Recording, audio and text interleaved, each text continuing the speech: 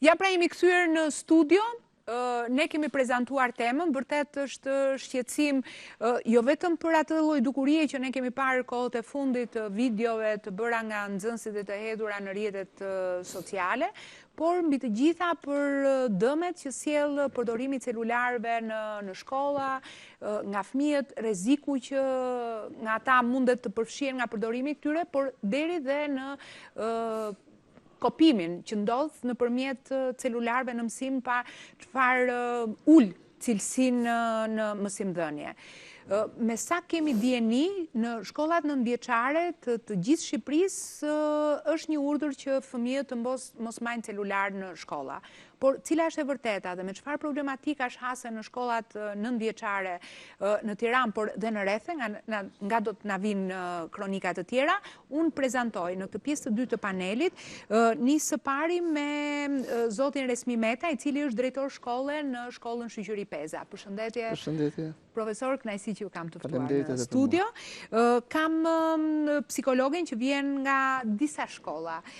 Kam Denis Allakaj, ju jeni psikolog në shkollën Gustav Mahler, Musin e Kokalari, jeni dhe në një kopësh, që është pjesë e sistemit parashkollor.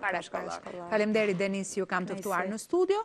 Kam edhe zotin Besim Cengu, i cili është drejtor shkolle në shkollën Musin e Kokalari. Përshëndetje, kënaqësi që ju kam të ftuar në studio.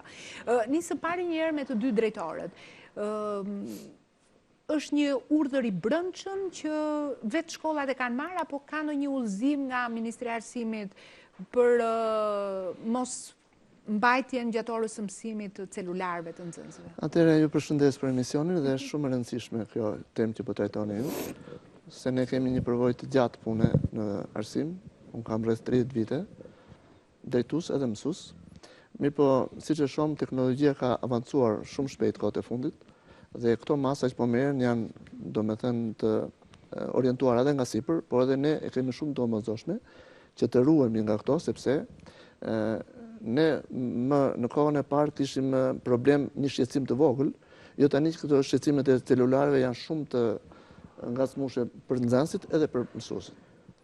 Tani ne kemi nxjerrë nëpër shkolla, nëpër ambiente ku duhet tabelat ku nuk lejohet celulari dhe nuk lejohet edhe duhani, kohët e fundit, se është bërë probleme ajo, kanë filluar në nxënës të veçantë që stimulojnë, por për celularin e kemi urdhër dhe e kemi edhe të brendshëm edhe me urdhër nga sipër. Celulari tash nuk është mjet që përdoret në shkollë, është shumë i domosdoshëm për nxënësin, për prindin, për mësuesin, dhe në shkollë nuk duhet përdorur sidomos gjatë orës mësimit. Unë si shkollë, në shkollën time, kam bërë që mësuesit të vendosin celular në vendet saktuara dhe të vazhdojnë mësimin normal. Nxënësit jo nuk duhet të kenë celular me vete, kemi bërë kontrollet të hershpasishme, nuk duhet ta përdorin, pavarësisht me ngulmimin e prindërve që duan që jo po ta lajmëroj fëmijën, jo ta kem këtu. Atëherë prindi ka numrin e telefonit të mësueses, të drejtorit, të nëndrejtoreshës dhe të komunikojë me ta për këtë problem, jo me nxënësin. Me nxënësit kur mbarojë mësimi të komunikojë si të do.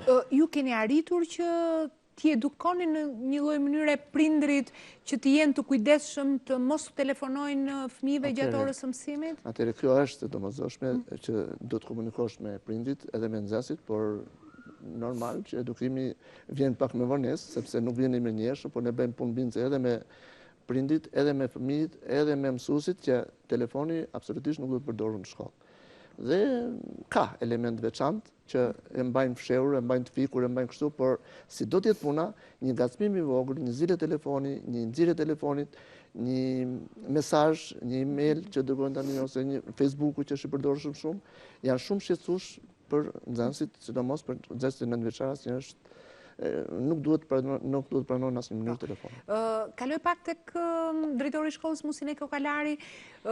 Zakonisht vihet re për shumë që nxënësi ka përdor celularin apo jo, nëse bie ndonjë zile apo ka ndonjë tërheqje vëmendje, apo ka një kontroll paraprak të mësuesit gjatë orës së mësimit që duhet i fikni të gjithë celularët, nuk duhet të keni një shpërqendrim.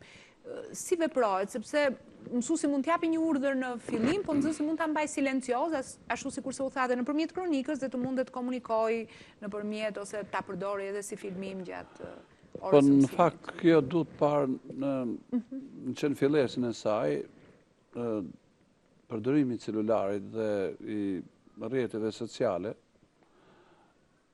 kanë ndryshuar pothuajse katërcifrisht edhe njeriu në përgjithësi, sidomos nxënësi. Dhe ne na del një problem i madh tani që të ndryshojmë esencialisht edhe pedagogjinë dhe mënyrën e sjelljes me nxënësit. Pikërisht edhe kurrikula e re, e cila do të futet në praktikim në shkollat tona në shtatorin si vjen, domethënë vitin shkollor 2015-2016, e ka pikërisht këtë qëllim. Çdo të bëjmë ne me këtë njeri tjetër. Se para viteve 90 ishte një njeri tjetër dhe kërkonte një edukim tjetër.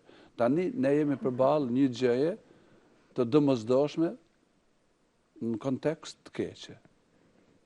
E domosdoshme them se është trendi sotëm, domethënë është ardhmëria e sotme që njerëzit t'i përdorin këto rrjete sociale dhe tek njerëzit futet edhe kategoria e fëmijëve që ne mësojmë dhe përpunojmë, por që t'i përdorin aty ku duhet, në momentin ku duhet, sepse ne tani jemi përballë dy botëve. Bota e shkollës, ku jep mësim, po dhe bota tej fasadës, e cila shihet nëpërmjet atij celularit që nxënësit përdorin në shkollë. E para punës, ne operojmë me aktin ton normativ. Akti jon normativ nuk lejon përdorimin e celularit në shkollë, nuk lejon sepse janë një mëri faktarësh. Pikëspari ne si drejtoria e shkollës e kemi parë pak problemin më gjerë në këtë koncept, jo vetëm thjesht si një urdhër, por kemi parë ç'do të bëjmë ne me përdorimin e celularit ose mos përdorimin e celularit në vimësi. Pse? Se celulari përdoret tek shtëpia me fëmijët dhe pastaj vjen edhe tek shkolla. Konkretisht unë me stafin tim e kam ndaluar kategorikisht dhe kam gjetë gjuhë të përbashkët edhe me prindin. Bile vetë prindit në takimin që ne kemi bërë me to, na kanë thënë po duhet hiq, sepse e shohin edhe ato si domosdoshmëri, sepse ju ha shumë kohë në shtëpi. Puna tjetër. Profesor, t'ju bëj një pyetje.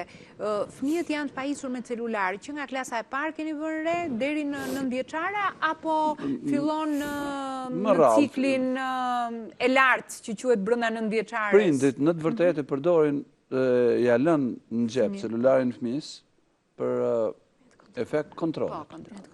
Mirë, po tani kjo shumë prindër e kuptojnë se varet edhe me nivelin e kulturës që kanë edhe familjet vetë. Se disa thotë e kam, se unë do ta marr, nuk e parashikon prindi, se te ajo bota, te fasadës, te celulari, janë shumë gjëra, cilat sigurojnë atë braktisjen e plot fshehur të fëmijëve, si e cilësojmë ne. Ikje, arratisje prej orës mësimit dhe futen në një botë tjetër. Mirë, po kjo çfarë na bën ne? Ne na bën që spostohet tani vëmendja e këtij fëmijës, e psikologjisë fëmijës, nga ajo çfarë është kryesorja, edukimi, në procesin mësimor edukativ, spostohet te dikush tjetër, deri të komë. Por kjo që thua ti, nuk është shumë e praktikuar tek nxënësit e klasave të para, të dyta, të treta, kurse po kjo vazhdon më tej. Edhe një pyetje konkrete, po a bëj të dyve përpara se të shkoj te psikologja për të kuptuar qoftë sa i ndihmon, por sa i dëmton përdorimi i celularit nxënësve, po në kontrollet për shkakun që keni bërë, fëmijët në shkollën tuaj, nxënësit, kanë aparate të thjesht celularësh apo kanë aparate të fundit, si thua, ku aty kanë brenda internetin që mund të lidhen me gjithçka. Tu është e keqja që thotë drejtori për këtë. Domethënë duhet të di profesor edhe në shkollën tuaj, prandaj kam një pyetje. Këtu është kurioziteti i madh që ndodh me nxënësit. Një mesazh tash i ardhur bëhet i hon për gjithë të tjerët. Një telefon i ri i futur, vjen një mik nga jashtë. Vjen një prind, vjen një tjetër dhe fëmia është i detyruar ta marrë telefonin për burrje, për krenari. Dhe kryen nxjerrje gjatë gjithë kohës, gjatë mësimit që ose mban fshehur. Po një nxjerrje e tillë e shqetëson gjithë klasën, mësuesin e gjithë shkollën, e kupton? Prandaj ata sot me këta telefona thotë un kam telefon të mirë, do ta nxjerr, do bëj një mesazh, do dua për këtë për krenari. Mirë, po kjo krenari bën dëm orës mësimit. Për këtë po flasim, sepse ai shqetëson gjithë klasën, shqetëson ai me mesazhe mund të bëjë edhe veprimet që nuk i takojnë shkollës. Merr shokë të tjerë që thotë hajde të zihemi me filanin. Merr mesazhe ose këmbën me njerëz të panjohur ose në Facebook. Edhe krijon sherrë midis nxënësve, midis shkollave. Pra, këto janë për shkollën tonë nuk janë të nevojshme, janë shumë të dashme. Për shembull, kam pyetur një drejtore shkolle, ashtu sikurse ne jemi në kontakt me shumë prej tyre, dhe më tha, vetëm në një klasë, ajo drejton një shkollë nëntëvjeçare, tha vetëm në një klasë ne gjetëm rreth 12 celular Galaxy 4 dhe Galaxy 5, do më thënë të... Sot prindit kanë... Në një klasë me 29 veta, tha 12 kishin celular. Po të shikosh me vëmendje, gjitha familjet dhe gjithë personat kanë telefon. Bile s'kanë nga 2. Atëre këta me kushërinjtë dhe me miqtë e vete, me një tafër me vete, thonë, ma jep telefonin ta shoh një herë, ta mbaj një ditë. Ne kemi gjetur telefona shumë të shtrenjtë, dhe të vjen keq, e mbajmë, nuk e hedhim normalisht, e mbajmë, thrasim prindin, edhe ja japim, i themi që mos ta marrim me telefonin. Edhe prindin mase nuk e di që ka marrë telefon të tillë për mia në shkollë. Mirë po, kontrolli kam rastin tim, unë po flas me praktikën time në shkollë, e them shumë publikisht se nuk kemi problem faktikisht me nxënësit, është zbatuar rregullisht, se ishte një punë para përgatitore me prindrit që ne t'u ja heqim edhe celularët mos i kenë fare, por para se të shkojmë në këtë pikë ne bëm një mënyrë komunikimi me prindrit, një komunikim me mësues kujdestar, sepse në shkollën time nuk praktikohet celulare as nga mësuest, duke filluar që nga unë. I lënë celularët në zyrë, dhe pastaj shkoj, kontrolloj, futëm në për klasa, edhe mësues nuk i kanë, dhe kontrolloj në rast se më ka marrë në telefon, dikush, në prind, në një nga drejtori i arsimit të kështu, por nuk qëndron problemi këtu shumë, se sa ata ajo që mora spuntë nga kjo e këtyre telefonave inteligjent, si përdoren sot, me një klasë me 30 nxënës tek unë, 22 ishin telefona inteligjent. Ato iPhone-at, cilit ne nuk i përdorim. Në gjepat tonë, ne përdorim telefona vetëm për fort. Në klasën e 9. Në një klasë 9, sot nuk ka, mora masën e mbajtjes telefonave, po, komunikohem me prindit, dhe prindit ranë dakord të mos i kenë. Një prej problemeve kryesore që ku kemi përqendruar punën na, është problemi i kohës. Sot për sot, po më kujtohet tani edhe një ese e Borgesit, një nobelisti, ku thot se gjëja më e çmuar në jetë në njeriu është koha. Dhe koha të këto nxënës humbet si ujë në rër tek përdorimi i këtyre celularëve. Sepse edhe kur e përdorin nuk din ta përdorin mirë, ta shfrytëzojnë këtë telefon inteligjent, ta shfrytëzojnë të marrin një material, ta shohin këtë material, ta përpunojnë këtë material, por edhe na se i kërkojmë ne një ese, e nxjerr për shembull esen pa lexuar fare dhe na e sjell ne për ta parë si mësues dhe krijohet ajo ashtu quajtur kontingjent i analfabetëve modern. Këto analfabet modern kanë çfarë shohin, njohin këngën, njohin muzikën, por nuk njohin procesin mësimor. Nuk e shohin këta dhe kjo është rreziku më i madh që sot ekziston tek nxënësit tanë. Dëshiroj të pyes psikologen, çfarë të mirash, themi, ka përdorimi celularit nga nxënësit, sidomos prandaj janë fokusuar te sistemi nëntëvjeçar, se ndoshta marrëdhënia me nxënësit që janë në gjimnaz është pak më ndryshe, po them në nëntëvjeçare, çfarë efektesh pozitive ka dhe çfarë efektesh negative krijon përdorimi dhe deri në çfarë situatash mund të çojë? Atëherë, efekti pozitiv, më thojnë se vetëm që mund të jetë, është marrja e informacionit.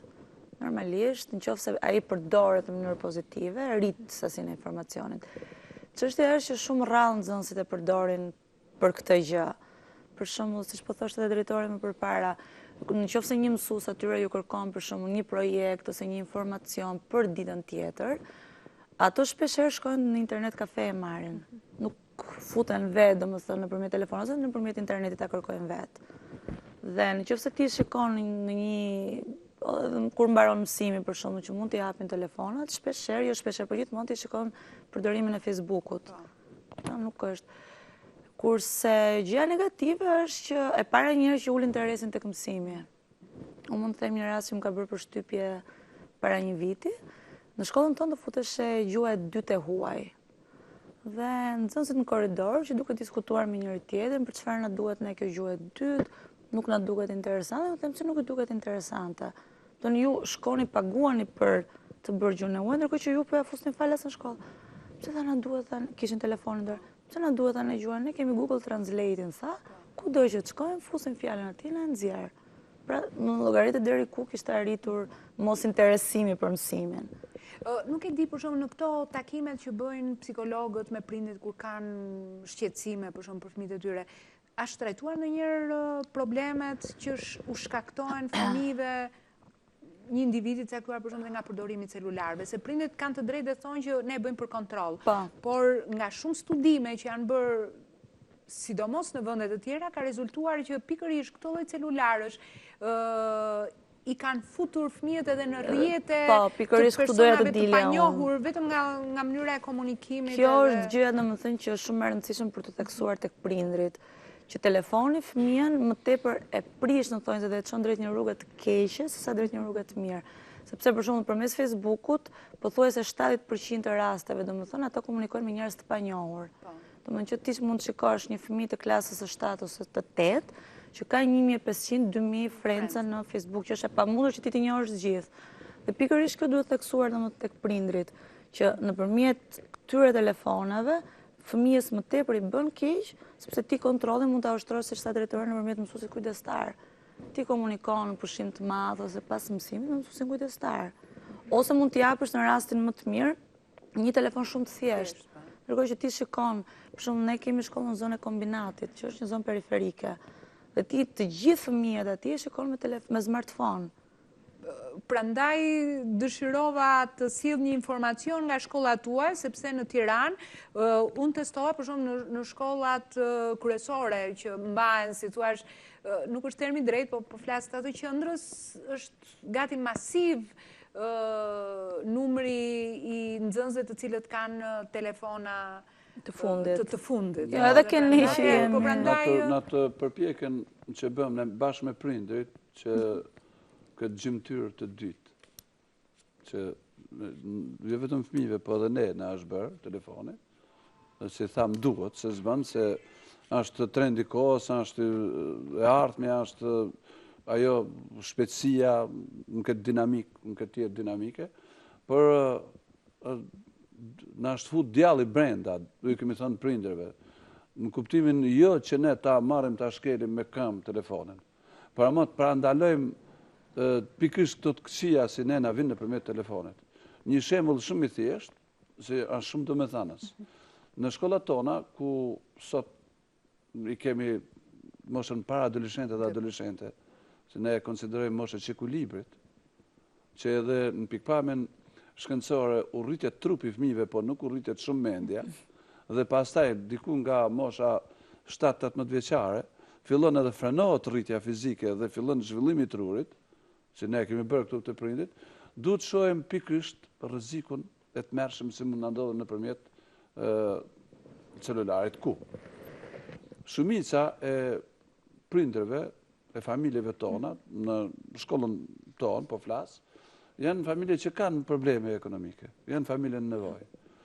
Dhe nënat e tyre, fëmijëve, u lënë vetëm 300 lekë të vjetra sa për një zile për fëmijët.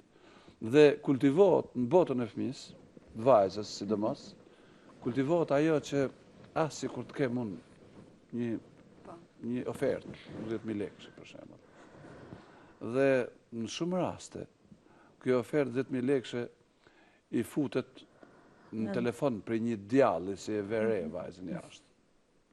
E sheh se është rrit, vajzë e bukur, e di ai, e ka studiu se nuk janë shumë pjekura në këtë moshë, dhe një ditë për ditësh i shkon një shumë lekësh në telefon.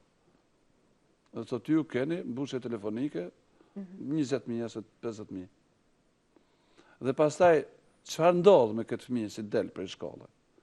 Dhe ndodha ajo e keqja se një ditë për ditë i del ky djalë përpara, e thot unë ta kam dërguar se je shumë vajzë e mirë ti. Dhe pastaj lindin peripeci tjera. Këtë shembull po e marr unë për të bindë prindrit se sa rrezik është që të veprohet në këtë mënyrë, se janë shumë të mundura këto. Jo më kot, unë me sa kam dieni, për shembull në Japoni, është kategorikisht ndaluar telefoni i fëmijës. Dhe fëmija kontrollohet ndoshta nëpërmjet disa çipave për vendin se ku është. Se luajnë rolin e këtyre telefonave inteligjent, që kur flasim në telefon na tregojnë se je në zbrish, për shembull, thotë. Dhe e dis edhe rrugën se ku është. Ato nuk janë budallë, si janë populli i civilizuar japonez, ato dinë të mos fusin keq. Kur flasim për çështjet e arsimit janë mbajnë vendet e para për sa i takon. Tjetër është jashtëzakonisht më ka trishtuar fakti që mësimdhënies. Më shumë se 50% adoleshentëve ndjekin faqe skandaloze deri tek pornografia. Dhe çfarë edukate do të na marrë fëmia? Sa ka vëmendjen te procesi mësimor? Dhe ku shkon kjo, domethënë, prandaj duhet i shohim ne, sidomos, si edukator dhe si prindër, duhet të shohim me tepër seriozitet këto gjëra. Unë fakt mora ngacmimin nga këto videot e fundit për të ngritur një pyetje. Sa të shqetësuar ndjehen mësuesit dhe sa të dhunuar janë ata për shembull nga krijimi i skenave të nxënësve, nga përdorimi i celularëve? Thash të trajtoj një herë këtë pjesë, sepse ndoshta temën e rrezikut që ju vjen adoleshentëve nga celulari, ndoshta ne mund ta bëjmë një temë edhe më të zgjeruar, por e mora këtë ngacmim vetëm nga fakti se kur një mësues dhunoi një fëmijë, i gjithë sistemi arsimor u ngrit në këmbë. Do morën masa të menjëhershme ndërhyri policia, po kur një nxënës dhunoi një mësues, pothuajse u hesht dhe nuk pati asnjë lloj reagimi. Ashtu sikurse ne jemi të gjithë në këmbë për të mbrojtur të drejtat e fëmijëve, që të kemi një sistem arsimor të shëndetshëm, duhet të jemi të gjithë në këmbë për të mbrojtur edhe të drejtat e mësuesve. Ndaj, sa jeni të rrezikuar, sa ndjen të rrezikuar mësuesit për shembull kur fëmijët mbajnë këto celular të fundit dhe mirë se kapi një situatë, po kur vetë kam dëgjuar që stimulohen, krijohen situata për t'i dhunuar mësuesit, unë do kërkoj një përgjigje nga ju, po ndërkohë ne do të kalojmë në qytetin e Korçës, të shikojmë aty opinionet që kanë marrë kolegët tanë dhe të rikthehemi në studio.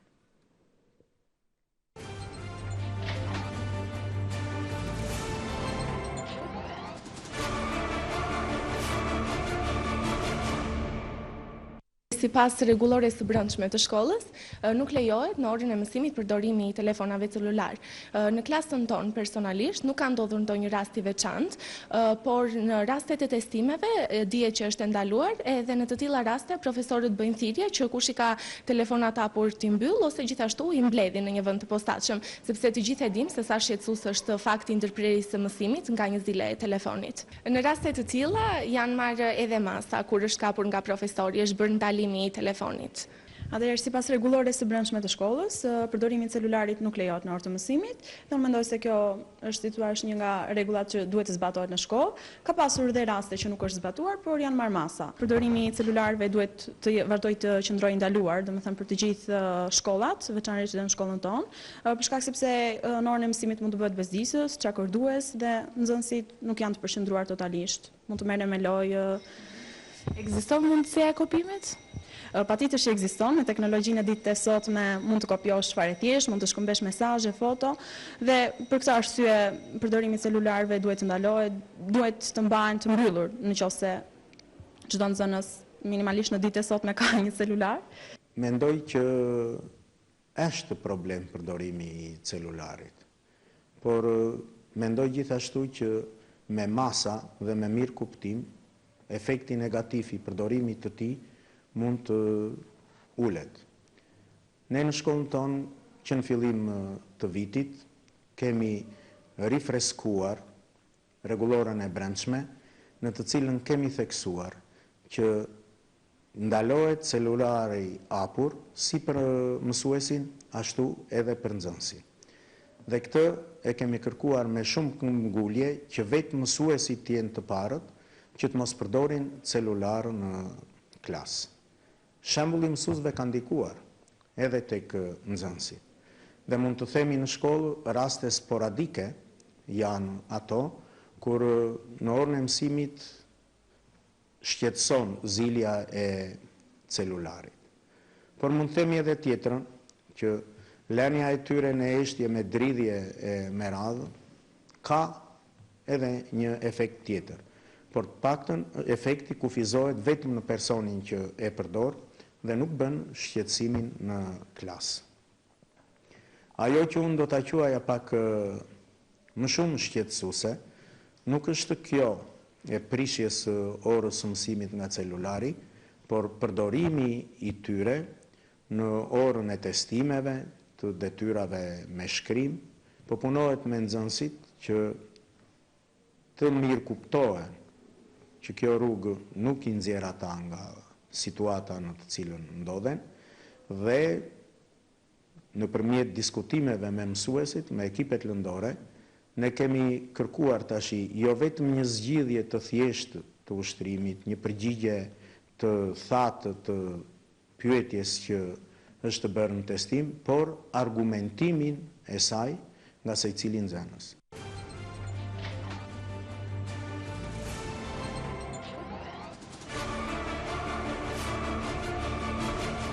Ja, pra jemi kthyer në studio, urdhri është që ose si thua urdhrat e brendshëm të shkollave apo edhe vendimet, si thua që janë marrë, është që nxënësit të mos përdorin celular në orën e mësimit. Ashtu sikurse na artikulohet në këtë studio, por edhe nga qyteti i Korçës, është e pamundur që nxënësit të mos i përdorin këta celular. I përdorin në mënyrë silencioze, kanë përdorin në situata caktuara, pra shqetësimi ekziston. Mirë, por ne po e fragmentojmë problematikën, është pikërisht kur këto celular përdoren për të dhunuar njëri tjetrin duke fotografuar, duke krijuar situata të pakëndshme dhe duke krijuar një lloj dhune edhe mbi mësuesin. Keni pasur raste profesor për shembull që mund të jetë kapur nga nxënës për shembull që janë bërë video, qoftë shoqërit apo kanë krijuar situata në shkollë pra që janë kthyer problematike ndaj mësuesit. Do të mendoja që mos ta themi që është urdhër, por është e nevojshme dhe domosdoshme që mos të jenë këto telefonat, sepse një pjesë e vogël janë shqetësuese për këtë problem, se pjesa më e madhe, nxënësit më të mirë që janë të edukuar dhe marrin mirë mesazhin, nuk i marrin këto. Tipat veçantë mund ta bëjnë këtë punë. Edhe siç e shikojmë në emisionet televizive, edhe në rrjetet sociale, thonë që nëse ti një mësues me ke inat ose nuk mëson dot në vendin ti, çfarë do bëjmë? Tash ti bëjmë një kamerë të fshehtë, ti bëjmë një diçka. Dikush njëri mund ta gazmojë, mund ta acarojë mësuesin ose mund të krijojë një shkas për të fyer dikë ose kështu dhe tjetri ta xhirojë në moment që mësuesi normal që s'e ka mendjen. Edhe kjo do të hidhet në rrjetet sociale dhe pastaj do të merren mas ndaj mësuesit. Por ne në asnjë mënyrë nuk mund të marrim ndaj këtij mësuesi sepse ne kemi një drejtori shkolle, kemi drejtori arsimor, kemi një ministri arsimi, kemi këshillin e prindërve të shkollës, kemi bordin e shkollës dhe duhet trajtuar ky problem më gjerë që të diskutohet, të shikohet dhe jo të marrim mas ndaj mësuesi për një rast të veçantë. Pa u dëgjuar të paktën apo pa u verifikuar vërtetësia e rastit, është i stimuluar apo është real? Mësuesi më i keq është më i mirë se nxënësi më i mirë. E kupton, kështu që nuk mund të marrësh mas të mëjeshme ndaj tij. Edhe nëse ka probleme të kësaj natyre, do të marr masa sipas normativa ose rregullorave. Për shembull kur ka ankesa të nxënësve ndaj mësuesve, për shembull që vërtet se kudo ka probleme në çdo kolektiv. Ju çfarë u sugjeroni nxënësve tuaj që të bëjnë në raste për shembull që ndihen të dhunuar nga mësuesi, nuk bëhet ora e mësimit ashtu siç duhet? Pra, problematika që shkelen kriteret e... Përsëri që ndrojnë nxënësit më problematik. Se nxënësit e mirë nuk sillin probleme në shkollë, në klasë. Edhe mësuesit e mirë, po ka edhe mësues që mund të detyrojnë në nxënës, po jo të ushtrojë dhunë, sepse nuk kemi asnjë rast dhunë në shkollën tonë, nuk e di, edhe në shkollat e tjera besoj se ka dhunë, se sot nxënësi trajtohet me mënyra shumë më të mira se në kohën e pashme. Mësuesi as ka të drejta qortoj, ta ofendoj, ta rraj, ai ka drejt vetëm të japi mësimin. Mirë, po një pjesë e vogël në nxënësve nuk e dëgjojnë këtë, nuk e kanë mendin aty, dhe prandaj themi ne se duke pasur celularin me vete, ai i mërzitet ora e mësimit, nuk është në gjendje të dëgjojë mësuesin, edhe thot e kam telefonin të hap një ta shikoj, dhe ky është shqetësimi që duam ne që mos të përdoret telefonin me vete. Sepse kurse e ka më mirë, nuk e ka mendin aty. Kur e ka mendin te telefoni, çfarë mesazhi më kanë ardhur, çfarë problemi kam, çfarë do bëj me telefonin, sepse nxënësit që nuk mësojnë këto probleme sjellin në orën e mësimit ose jashtë orës. Nuk e di, ju keni pasur për shembull raste kur mund të keni kapur për shembull nga nxënës filmime që mund të jenë bërë mësues apo të keni dëgjuar që stimulohen situata që të vijen mësues të caktuar në presion? Ka pas para 2 vitesh një rast kësaj natyre në shkollën tonë, ashtu siç ka pas para një 6 muajsh, ku nxënësit, një grup vajzash të një klase, kanë pas pikërisht këtë konflikt, sepse ato nëpërmjet rrjeteve sociale kishin komunikuar me komente, duke ofenduar njëra tjetrën, apo edhe duke shpif, flas shpifje adoleshente edhe para adoleshente, si janë, por që ne jemi marrë shumë me këtë punë. Prandaj, përdorimi i celularit në shkollë duhet të anullohet komplet, për me anullu pikërisht këto lloj probleme si janë. Ndërsa për sa i përket këtyre konflikteve si lindin tani edhe mund të, si thonë, mund të dhunohen mësues të kështu. Unë i qëndroj gjithnjë atij parimit të pedagogjisë së sotme, se shkolla drejtohet nga një rregullore. Mbile një ditë në takim me prindërit edhe me nxënësit, unë thash se kanë privilegjin, drejtohen me rregullore strikte, vetëm 2 institucione ta marrim kështu, ushtria dhe arsimi. Pse? Sepse pikërisht këtu duhet ushtrohet rregull i përsosur. Rregull shumë i fortë, dhe duhet një hierarki në kuptimin pedagogjik, se mësuesi është mësues dhe qëndron edhe në pikpamjen intelektuale më lart se nxënësi, edhe në pikpamjen e dijeve, edhe në pikpamjen e prindërimit, por edhe në pikpamjen pedagogjike. Sepse në shumë raste keq kuptohet raporti midis të drejtës dhe detyrave që ka nxënësi dhe drejtës dhe detyrave që ka mësuesi. Ne të trajtojmë si temë vetë, profesor, këtë çështje, po e afrohemi edhe festa 7 marsit, pavarësisht se ne nuk na bie në ditën e transmetimit të emisionit tonë, ne do të jemi në transmetim datën 9 mars, por do ta trajtojmë pikërisht këtë mbi rolin, autoritetin që duhet ketë mësuesi, por në këtë rast sa ndjen të bezdisur. Ju vetë për shembull keni pasur se mirë merrni në shqyrtim problematika të nxënësve si psikologe. Mësues kanë ardhur për shembull që janë ankuar, ndjen në presion nga skena që mund të krijojnë fëmijët, filmime që i bëjnë, mbi degradimin që mund t'i bëjnë figurës së mësuesit. Kam përshtypjen që mësuesi ndjen pak të goditur edhe nga televizioni, nga media. Për shembull, kur ishte rasti i mësuesit që kishte goditur nxënësin, u reklamizua aq shumë në televizor, sa mbase në një farë mënyrë dhe atyre nxënësve që nuk e kishin ndërmend diçka të tillë, ja shtiu në mendje. Dhe përveç kësaj pjese, unë një emision në një tjetër televizion, ku të ishin të ftuar edhe njerëz domethënë intelektual, pash dhe vura re që mbroj vetëm fëmia. Domethënë fëmia ka të drejtë, sepse mësuesi e dhunoi. Unë jam dakord që mësuesi absolutisht nuk duhet të krijojë ato lloj situata se të arrijë dhunë. Gjithkush, jo vetëm mësuesi që ushtron dhunë ndaj një individi ka përgjegjësi. Por duhet parë edhe ajo pjesa përpara se sa të arrijë ajo situata e dhunës. Domethënë çfarë ky fëmijë, sepse nuk mendoj se ka mësues që duke ndonjë në orë të mësimit do të godasi fëmijën, apo jo. Nuk shtrohet problemi fare këtu, unë e kam theksuar edhe me kolegët e mi. Ne si mësues duhet drejtohemi jo tek individi fëmijë për një sjellje e cila përbën shkeljet e rregullore të shkollës. Po kundër sjelljes, domethënë ne duhet të trajtojmë sjelljen jo individin, jo fëmijën. Duke gjykuar problemin me fenomenin, jo me individin. Kjo është shumë interesante, se për shembull unë kam parë raste ku në shkolla i thuhet nxënësit shikoj ikor rrugaq. Në momentin kur mësuesi krijon pikërisht këtë relat me nxënësin, ka humbur gjithçka. Ai nuk është më mësues. Ose kam pas raste tjera ku mësuesi thoshte, nxënës shiko, vazhdo, ti je në rregull ti se unë do të çojmë polici. Shiko, këto janë veprime antipedagogjike. Por kur nxënësi bën një Profesor, a mund ta ndajmë pak bisedën? Për shembull, mësuesi i thot nxënësit ik më rrugaç, apo do të çojnë policie të tilla.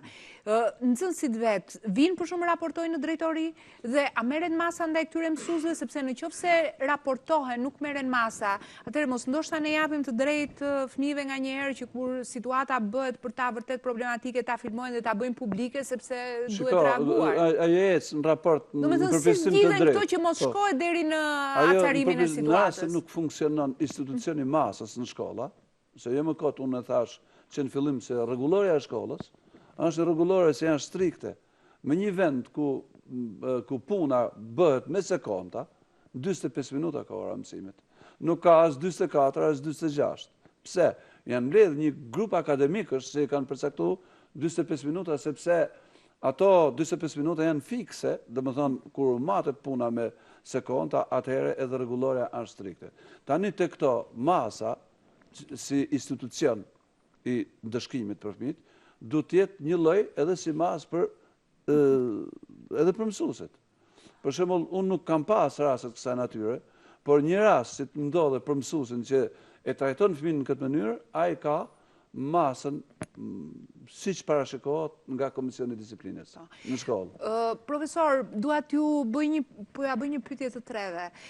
Në qoftë se një mësues dhunohet nga nxënësi, se kam bindjen funksionojnë rregullat të tjera kur një mësues dhunohet nga kolegu i tij apo nga drejtori i shkollës, këto ka zgjidhet në mënyrë tjetër, po në qoftë se fëmia dhunon mësuesin apo një grup nxënësish dhunojnë mësuesin, kush e mbron mësuesin në këtë rast? Ka mbrojtje apo duhet të mirë kuptohet sepse ne i mirë kuptojmë çdo lloj veprimi që mund të bëjnë nxënësit? Në të gjitha rregulloret që kemi në shkollë, siç ka drejtoria arsimore apo Ministria e Arsimit, gjithmonë i jepen shumë të drejta nxënësit. Nxënësi ka të drejtë të bëj këtë, të bëj këtë, të bëj këtë, derisa ka arritur në këtë moment që nxënësi e dhunon mësuesin dhe mësuesi nuk pas ka të drejtë të dhunojë nxënësin në këtë rast, por nuk po flasim që i japin të drejtë mësuesit. Ne nuk kemi për këtë që godit dhe kthehemi të goditur, po të paktën dikush duhet të arrijë nxënësi kur ta dhunojë mësuesin. Ne po themi mësuesi është prindi i dytë, në mësuesin e kemi edukator. Mësuesit janë heroj për punën që bëjnë. Me 38 nxënës në klasë, të mbash është hero, të japin edukat, të japin kulturë, të japin dije. Edhe të pranojë plus edhe me ngarkesat që kanë mësuesit sot, me kurrikula të ngarkuara, marrëdhënie të ngarkuara tashmë, me letra shumë, kontrolle të her pas hershme. Në këtë rast mësuesi del komplet i zbuluar. Ne kemi qenë edhe vetë mësues.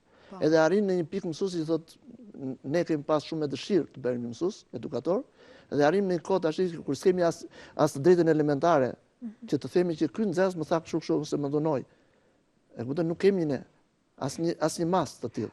Po mirë, funksionojnë sindikatat e mësuesve për shkak që të ngrihen ose ka ndonjë sindikat brenda shkollës që të mbrojë autoritetin e mësuesve? Sindikatat janë formale për të marrë lekët edhe për të bërë listat, se nuk kanë fare vlerë dhe nuk kanë asnjë lloj ndihme për mësuesin.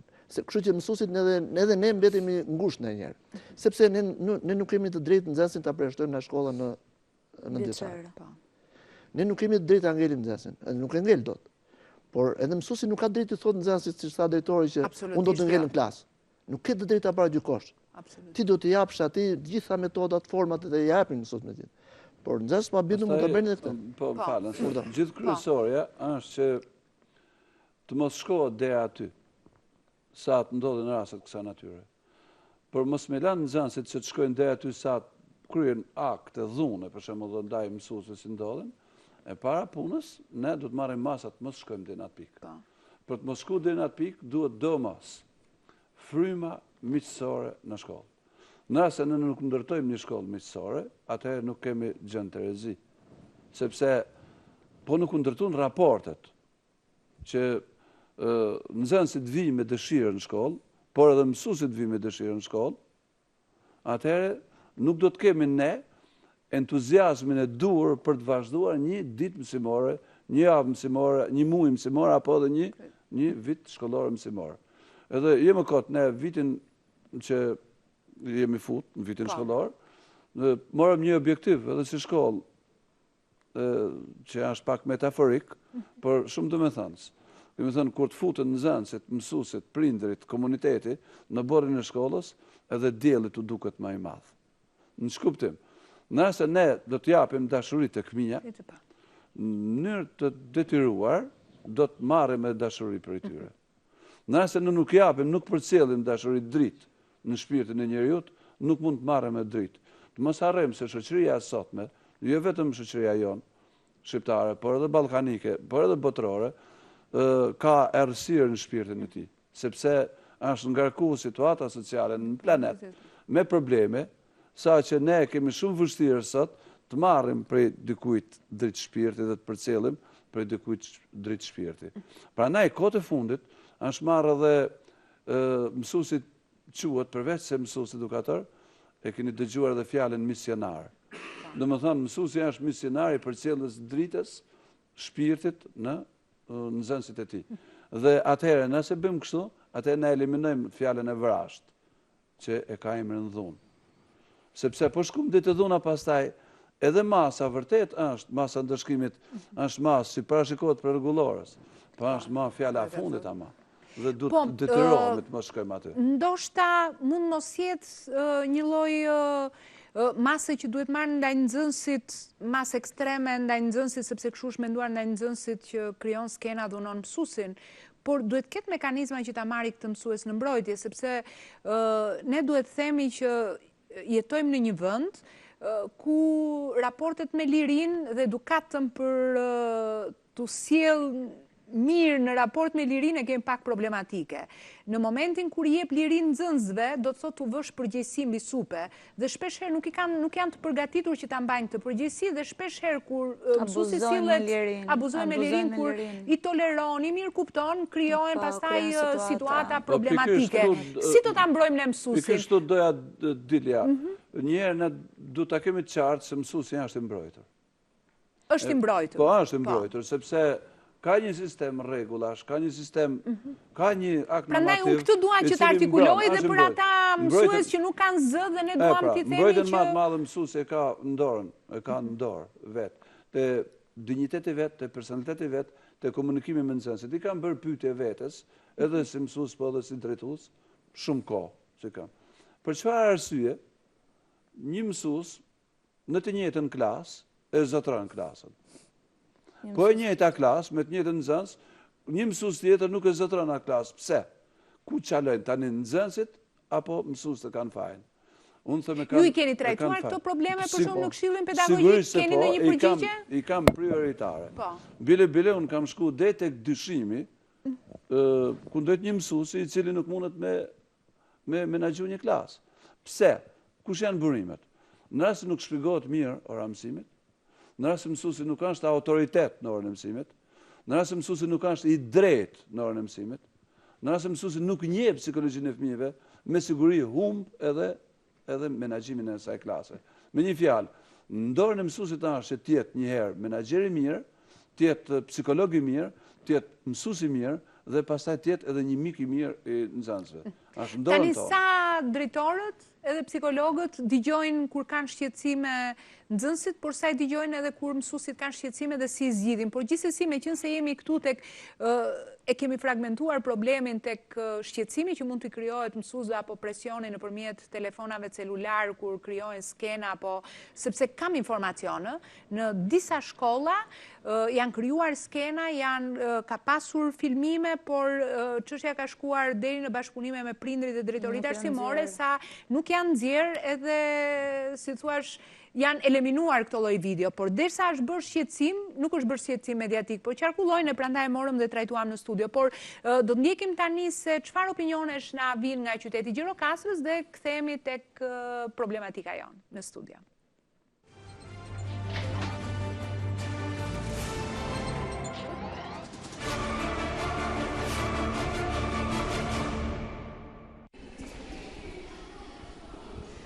Në çfarë klasa jeni? Jam në matur, në klasën 11. Sa e përdorni celularin gjatë ditës? Brenda shkollës jo dhe shumë. E përdor, por jo në orën e mësimit, ku është pushimi i gjatë apo pushimet të vogla.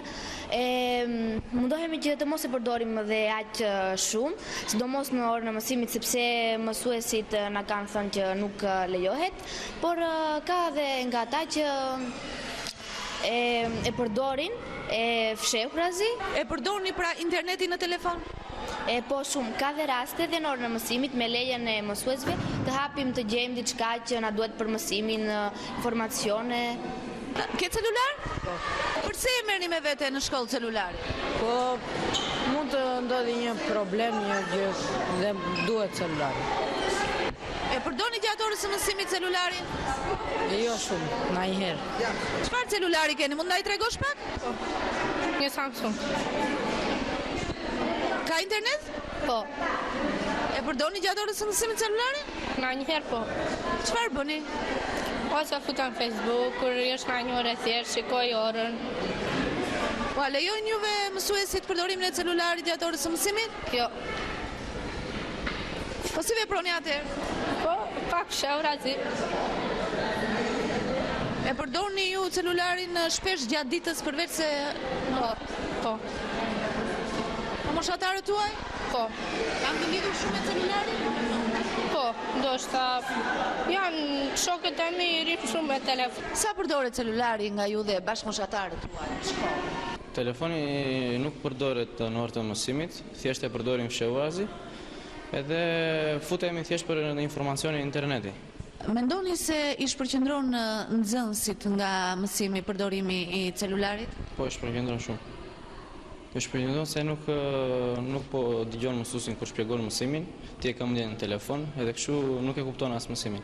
A janë të varur të rinjtë sotëm, si mendoni ju, nga celulari, nga telefoni? Po janë të varur shumë nga teknologjia, nga telefoni, nga kompjuteri, edhe kështu në të gjitha. Në informata, do me thënë. Nuk merren më me mësime, me kështu të thëmë, çdo lloj sporti për shembull, po merren vetëm me telefon, kompjuter, tablete, gjithë lloja të tjera.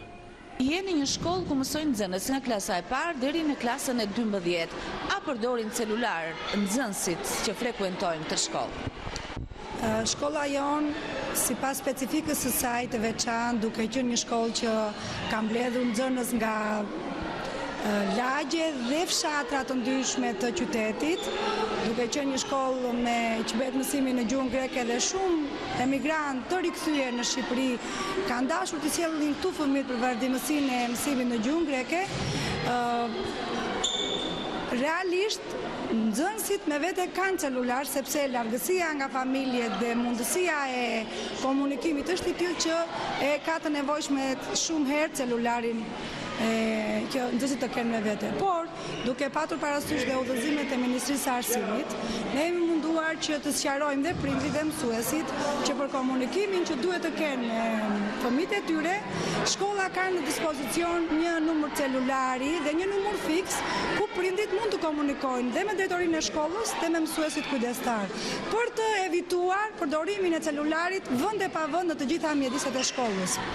Jemi munduar që në çdo klasë dhe me punë bindse edhe duke sqaruar dhe prindrit që ta eliminojmë celularin, por faktikisht duhet të jemi realist, ne shohim që sidomos fëmijët e cikleve të larta i kanë celularet me vete dhe shpesh herë i përdorin.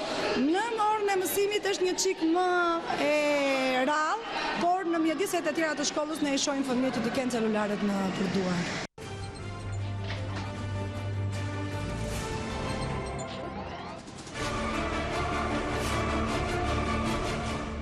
Ja pra jemi kthyer në studio, po thuaj se njëjti shqetësim edhe me shkollat që ne kemi prezent, me shkollat që kemi kontaktuar dhe nuk janë prezent, në qytetin e Gjirokastrës, të Korçës, edhe në rrethe të tjera.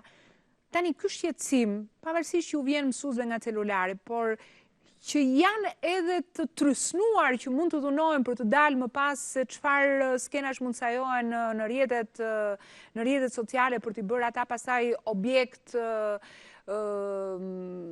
penalizimesh, këtë situatë si duhet ta zgjidhim dhe si duhet të jenë të mbrojtur mësuesit.